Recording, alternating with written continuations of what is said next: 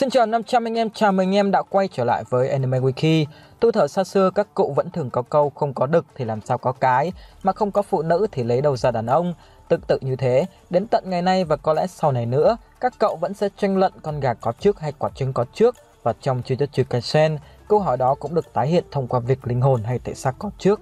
Người ta đồn rằng Sukuna là kẻ đã biết được bản chất linh hồn và hiểu rõ được câu trả lời cho điều đó. Thế nhưng kể từ khi Na ngây ngô vô số tội đi bán muối 1000 năm trước, thì vụ con gà quả trứng, linh hồn thể xác cái nào có trước cũng chả thấy bàn luận rầm rộ nữa. Thay vào đó, thế giới Jujutsu Kaisen trở thành một đĩa bánh để các thế lực đêm ngày đấu tranh giành quyền lực. Có những bên thì chỉ muốn tận diệt hết con người, bên thì một mực bảo vệ họ, nhưng lại có những phe phái chỉ đóng vai trò trung lập, gió chiều nào theo chiều đó. Tôi chỉ nhắc đến câu chuyện quả trứng và con gà cho vui thế thôi, chứ thực ra trong video ngày hôm nay, hãy cùng Anime Wiki tìm hiểu về các thế lực trong Jujutsu Kaisen nhé anh em. Lưu ý video sẽ có spoil, đề nghị anh em cân nhắc trước khi xem.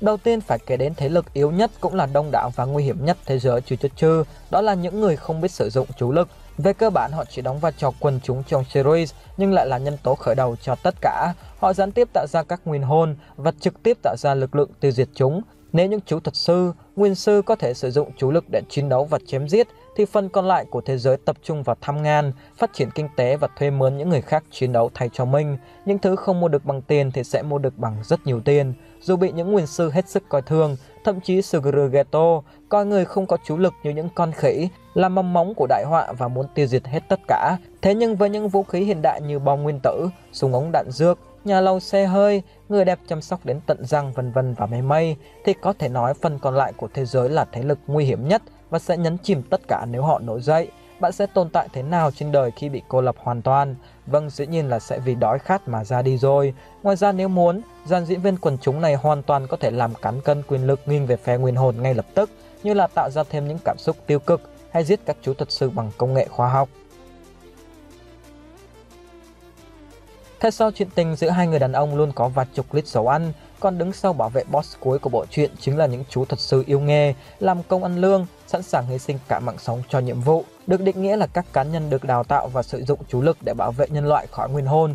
Thế nhưng cũng có vài trường hợp ngoại lệ như Zenin Maki, dù không thể sử dụng chú lực do nó thấp đến mức vô lý, nhưng cô vẫn đang được đào tạo tại trường cao đẳng kỹ thuật Jujutsu Tokyo. Trong suốt cuộc đời tác nghiệp, các chú thuật sư có hai nhiệm vụ chính, một là tiêu diệt các nguyên hồn, hai là thu thập các ngón tay của Sukuna để đề phòng ngày bé Na tái xuất giang hồ. Cũng giống như ở nguyên hồn, các chú thuật sư được phân cấp từ cấp 4 tới cấp 1 và cấp cuối cùng được gọi là đặc cấp.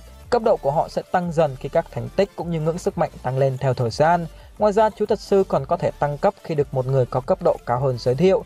Ví dụ sau khi nhận ra hai anh em có gu dầu ăn giống nhau, Todo đã tiến cử thẳng Itadori lên chú thuật sư cấp 1. Về cơ bản, cấp độ sẽ đánh giá chú thuật sư đó mạnh hay yếu, và theo ước tính trung bình, một chú thuật sư cấp 4 có thể dễ dàng đánh bại một nguyên hồn cấp độ tương tự và tiệm cận về mặt sức mạnh với một nguyên hồn cấp 3. Và có những chú thuật sư đặc cấp có thể cùng lúc đánh bại nhiều nguyên hồn đặc cấp. Satoru Gojo chính là một trong số đó. Chính vì lẽ đó mà cán cân sức mạnh hiện tại vẫn đang nghiêng về phe chú thuật sư. Thế nhưng nguyên hồn có số lượng quá áp đảo và sinh sôi nảy nở liên tục, nên các chú thuật sư dù có mạnh mẽ như thế nào đi nữa cũng không thể tiêu diệt hết bọn chúng và chấp nhận để cuộc chiến ấy kéo dài suốt hàng ngàn năm qua. Ở Nhật Bản thì chỉ có duy nhất hai cơ sở dạy về Jujutsu, đó là trường cao đẳng kỹ thuật Jujutsu Tokyo và Jujutsu Kyoto. Thế lực tiếp theo của Jujutsu chính là kẻ phản diện chính của series, những nguyên hồn. Theo các cuốn biên niên sử ký toàn thư mà tớ vô tình hóng hớt được trên mấy fandom, thì từ thuở Ngô Quyền cắm cọc trên sông Bạch Đằng, nguyên hồn đã tồn tại rồi, ít nhất là 1000 năm về trước trong dòng lịch sử của Jujutsu Kaisen. Về bản chất, nguyên hồn không được sinh ra và lớn lên trong vòng tay của cha mẹ, mà được hình thành từ chính những năng lượng tiêu cực của con người. Ví dụ kẻ ăn tức ở, thích sân si, cao bàn phím, bla bla. Những năng lượng nguyên rủa đó sau khi được giải phóng sẽ tích tụ lại và đến một mức nhất định nguyên hồn sẽ hình thành. Chính vì thế để tiêu diệt nguyên hồn triệt để thì con người cần rèn luyện tâm tánh đến mức tâm bất biến giữa dòng đời vạn biến. Điều đó chỉ là ảo mộng, vì trên thế giới này chẳng có ai hoàn hảo cả và cuộc chiến với nguyên hồn sẽ mãi duy trì thôi. Ngoài ra, những nỗi sợ phổ biến của con người như sợ hãi giữa người với người, sợ rừng rậm, sợ điện nước, sợ núi đồi biển cả cũng có thể tích tụ lại và tạo ra những nguyên hồn đặc cấp. Bộ tứ ăn tàn phá hại của Sori chính là sản phẩm này. Bên cạnh đó, dù được huấn luyện nghiêm ngặt để giữ năng lượng nguyên rủa không bị rò rỉ khỏi cơ thể, nhưng nếu trong quá trình chiến đấu, chú thật sư bị giết mà vẫn còn năng lượng trong cơ thể, thì nó sẽ giải phóng và tái sinh họ thành một nguyên hồn. Thế nên để trở thành chú thật sư, yêu cầu đầu tiên là hãy chiến đấu và chết đi mà không còn bất cứ hận thù hay năng lượng tiêu cực nào trong cơ thể. Là sản phẩm từ cảm xúc tiêu cực, nguyên hồn chỉ có một mục đích duy nhất, đó là tiêu diệt loài người. Chúng như bóng đêm thầm lặng, sẵn sàng giết chết bất cứ ai chỉ vì cảm thấy thích thú, tồn tại như thực thể vô hình. Những người bình thường hầu như không thể thấy được nguyên hồn, và chỉ trong một vài trường hợp đặc biệt như sắp chết thì họ mới có thể chiêm ngưỡng được hình dạng của chúng. Trong thực tế, phần lớn nguyên hồn dưới đặc cấp đều sở hữu trí tuệ kém phát triển và chỉ giết chóc theo bản năng. Thế nhưng những nguyên hồn đặc cấp có thể hoạt bát, thậm chí còn thông minh hơn cả con người. Tiêu biểu chính là Mahito, kẻ có thể tâm sự xuyên màn đêm với bất cứ chú thuật sư nào có nhu cầu. Về cơ bản, người ta chia nguyên hồn thành hai loại: bị tác động để trở thành nguyên hồn và được sinh ra từ việc tích tụ năng lượng nguyên rủa. Anh em có thể hiểu là sinh ra tự nhiên ấy. Thế nhưng để phân biệt rõ ràng hơn, chúng ta có thể phân hai nhóm trên thành 4 loại nguyên hồn nhỏ hơn. Đầu tiên là nguyên hồn được tạo ra do chú lực rò rỉ từ con người như những thanh niên này. Thứ hai là những nguyên hồn được tạo nên từ cái chết của các chú thuật sư. Thứ ba là những nguyên hồn được các chú thuật sư tạo ra từ chú thuật của họ, ví dụ như Rika Orimoto, nguyên hồn đặc cấp được tạo ra khi Yuta Okuchu từ chối cái chết của cô. Và loại cuối cùng chính là bé Na của chúng ta. Khi dựa theo truyền thuyết, chẳng biết lý do vì sao mà Na nhỏ nhắn từ một con người bình thường lại lật mặt trở thành một nguyên hồn siêu siêu mạnh mẽ như bây giờ. Có một hiện thực tàn nhẫn trong xã hội của Jujutsu Kaisen, đó là dù chẳng nề hà sinh mạng để cứu sống người khác, thế nhưng các chú thuật sư vẫn bị những lời đồn tiêu cực và kỳ thị trong quá trình họ làm việc. Nhiều người tin rằng họ là kẻ điên và chỉ chuyên xử lý những thứ kỳ cục. Anh em cứ tưởng tượng thấy một ông chú thuật sư nào đó đứng cả ngày nói chuyện với cây cột điện thì sẽ hiểu cảm giác này ngày ấy mà. Bên cạnh đó có một bộ phận những chú thuật sư cao cấp đã tách mình ra khỏi cuộc sống bình thường, khiến họ khó có thiện cảm với người khác.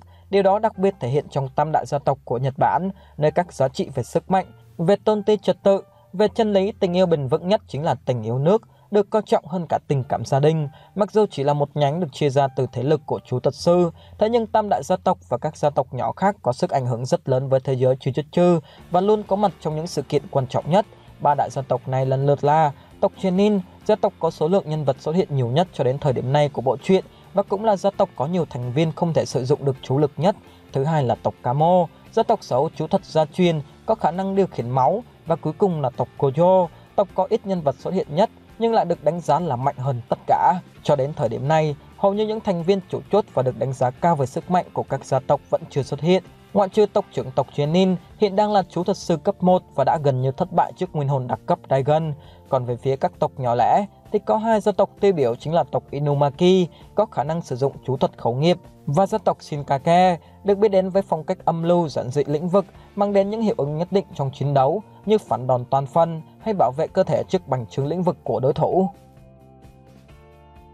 Được định nghĩa là các chú thuật sư tà ác, thế nhưng theo ý kiến cá nhân, tôi nghĩ điều đó vẫn không có phần chính xác cho lắm. Về cơ bản, nguyên sư cũng là các chú thuật sư, nhưng họ là thế lực hoạt động chủ yếu dựa trên dục vọng cá nhân hoặc chạy theo tiếng gọi của Bác Hồ. Cũng vì điều đó mà theo các chú thuật sư thì nguyên sư là thế lực đối chọi với họ và phải tiêu diệt ngay khi có cơ hội. Mặc dù số lượng nguyên sư xuất hiện trong bộ truyện khá ít, thế nhưng về mặt chất lượng thì không có gì bàn cãi.